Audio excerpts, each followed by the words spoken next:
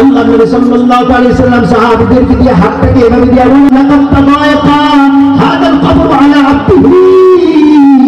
আমার সাহাবী সাদ ইবনে মুআজকে জমিনের মধ্যে রাখার সঙ্গে সঙ্গে মাটিটা চারদিক দিয়ে সংকীর্ণ ভিতরে তাকে চাপ লাগানো আরম্ভ করলো।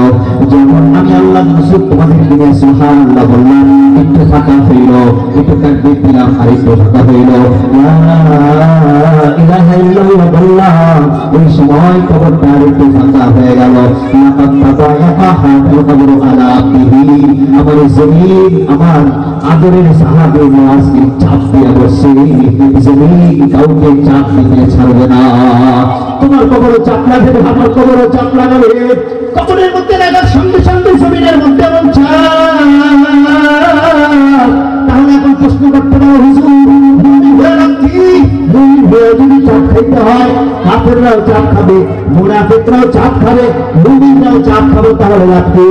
আল্লাহর নবী এই হাদিসের ব্যাখ্যায় আল্লামা জালালউদ্দিন সুয়ুতী রাহমাতুল্লাহি আলাইহি মাদারিজুস সালিকিন কিতাবের মধ্যে লেখেন, হুজ্জাতুর রাসূল সাল্লাল্লাহু আলাইহি ওয়াসাল্লাম কিতাবের মধ্যে আছে, হুজ্জাতুল্লাহি আলাল আলামিন বিমিজাত সাইয়্যিদুল মুরসালিন।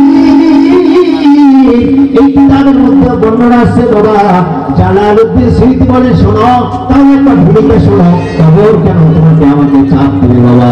যাতে যে মাটির মধ্যে যেখানে শোয়ানো হয়, ওই মাটি থেকে তাকে সৃষ্টি করা হয়েছে।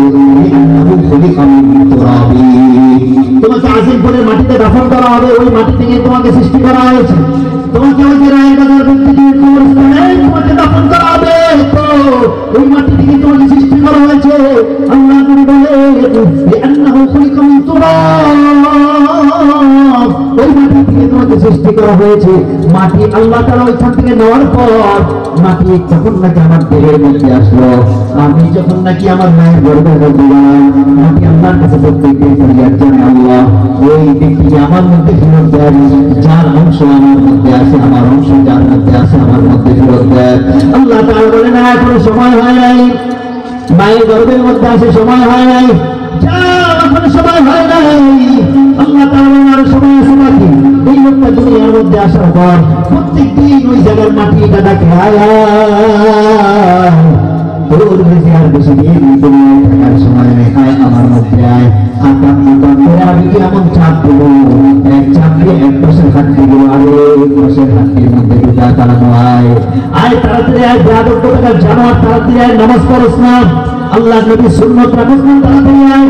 আল্লাহ তাআলা বলে, না না, মাটি এখনো 50 বছর বাকি। ওই মাটি বারবার ডাকে, আয় তাড়াতাড়ি আয়। 50 বছর, 60 বছর হয়ে যায়, 65 বছর হয়ে যায়, যখন নাকি তার মৃত্যুর সময় হয়ে যায়, মাটি আনন্দে আত্মহারা হয়ে যায়। লোকটা যদি ঈমানওয়ালা হয়, লোকটা যদি নামাজীওয়ালা হয়, লোকটা যদি কোরআন পড়নেওয়ালা হয়, লোকটা যদি কোরআনকে মহব্বত করনেওয়ালা হয়, লোকটা যদি মসজিদ মাদ্রাসাকে মহব্বত করনেওয়ালা হয়, আল্লাহ নবী বলে, কবরের মধ্যে রাখার সঙ্গে সঙ্গে ওই যে জালালউদ্দিন সুয়ুতী বলে, তাম্মাতুম কাবামুল ওয়ালিদাতি শাফীকা। দীর্ঘদিন একটা সন্তান বিদেশে থাকার পর, সন্তান দেশে আসার পর মা কান্না করে দৌড়ে যায়, সন্তানকে জড়ায় ধরে, বাবা রে, এতদিন পরে তুমি আসলাম, এতদিন হয়েছি না আমার বুকের ঘর। মা যেমন নাকি আদরের সন্তানকে জড়ায় ধরে, একজন ইমানদার কবরের মধ্যে যাওয়ার পর মাটি ওই ইমানদারকে আলিঙ্গন করার জন্য, ফোনাফুলি করার জন্য তার সামনে